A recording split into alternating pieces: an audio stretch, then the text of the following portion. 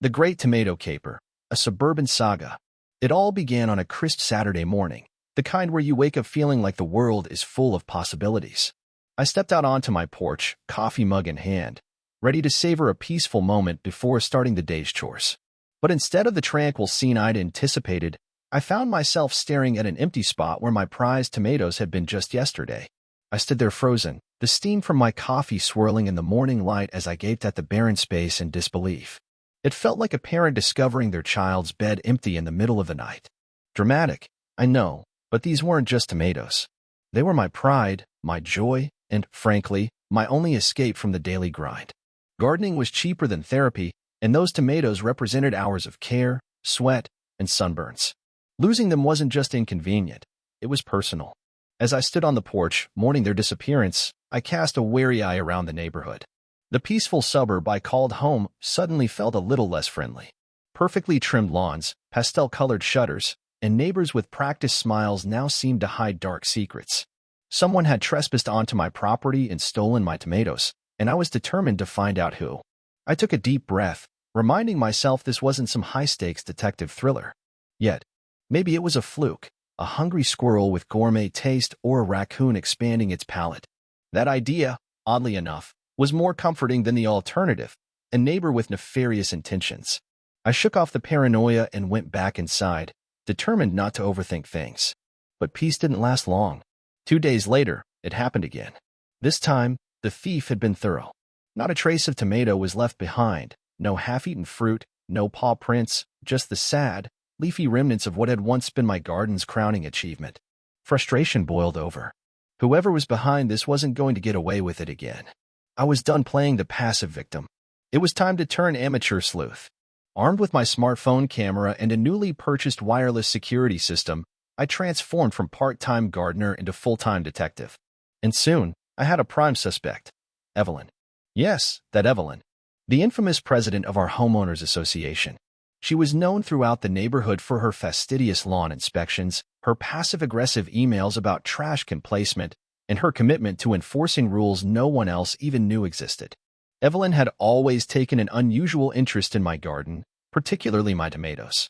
On more than one occasion, she had criticized my relaxed gardening style, once suggesting I use symmetrical cages to maintain community standards.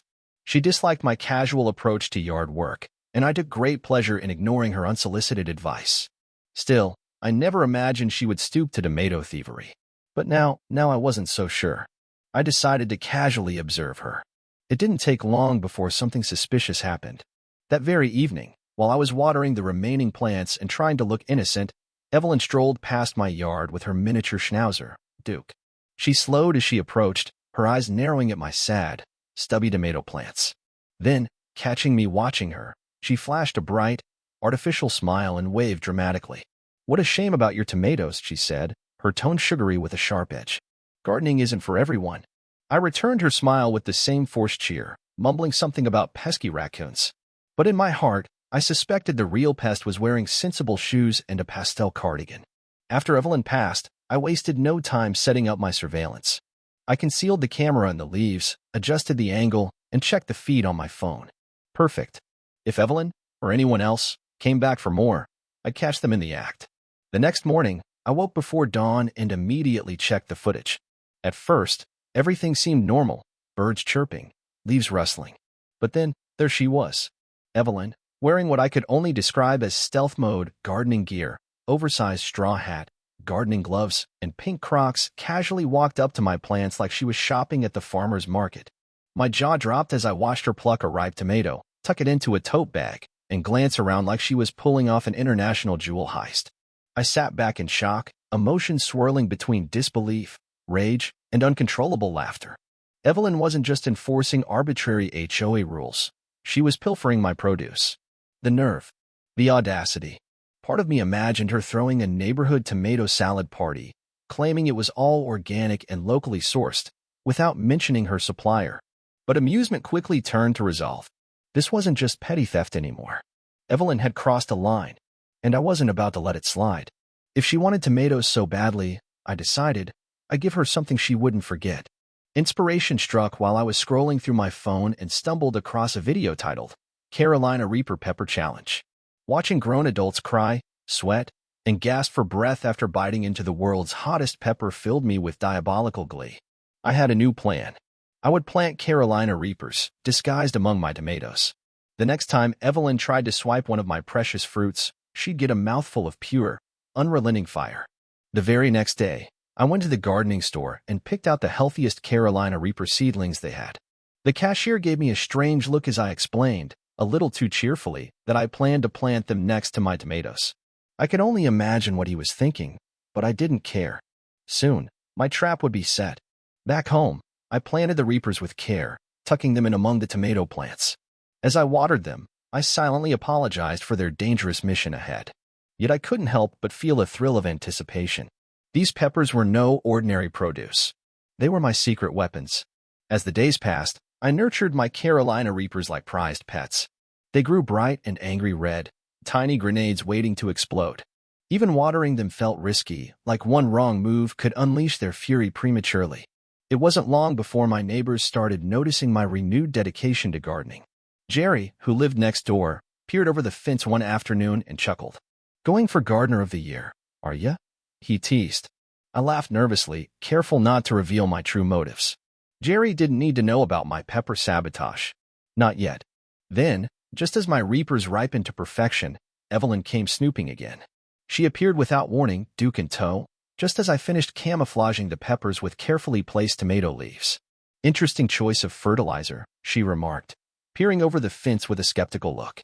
Even Duke seemed to regard me with suspicion. "Just experimenting," I replied casually, heart racing. Evelyn stepped closer, her expression turning serious. "Remember," she said, holding up a finger as if delivering ancient wisdom, "community guidelines require all plants to be non-hazardous and aesthetically pleasing.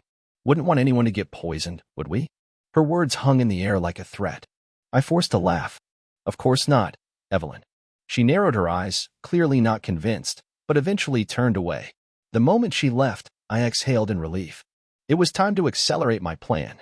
That night, I monitored my security feed obsessively. Hours passed. Nothing. Then, finally, my phone buzzed. Motion detected. I grabbed it with sweaty palms. The grainy footage showed a figure slipping through the gate. But it wasn't Evelyn. It was a teenager from down the street. He plucked one of the Reapers, took a bite, and immediately regretted it. I watched him flail and sprint toward the hose, desperately trying to cool the inferno in his mouth. I felt a pang of guilt, but I couldn't deny the satisfaction of seeing the peppers do their job. Unfortunately, this wasn't the thief I'd been waiting for. And then, a twist. Evelyn returned. This time, she wasn't subtle. She accused me of violating HOA rules, overcrowded plants, disorderly layout, you name it. Her usual tactics. But I saw an opportunity. If Evelyn couldn't resist controlling things, maybe I could lure her into my garden by deliberately making it messy. So, I rearranged my plans to be just chaotic enough to tempt her into meddling. And it worked. One humid evening, Evelyn snuck into my garden once again, dressed absurdly in her stealth gear.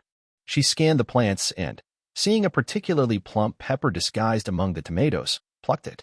My breath caught in my throat as she took a confident bite. The result was immediate.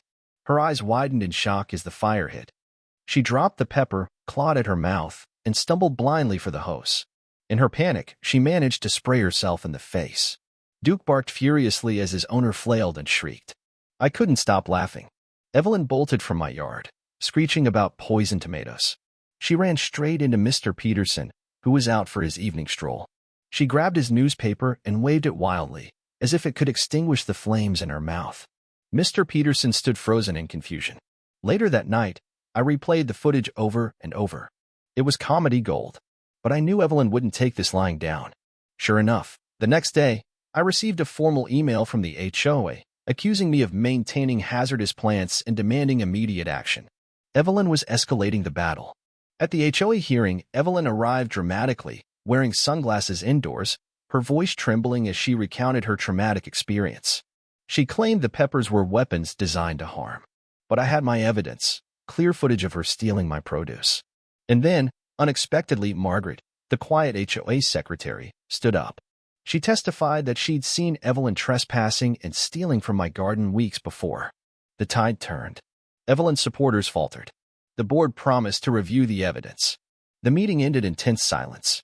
Afterward, something surprising happened. Gardening fever swept the neighborhood.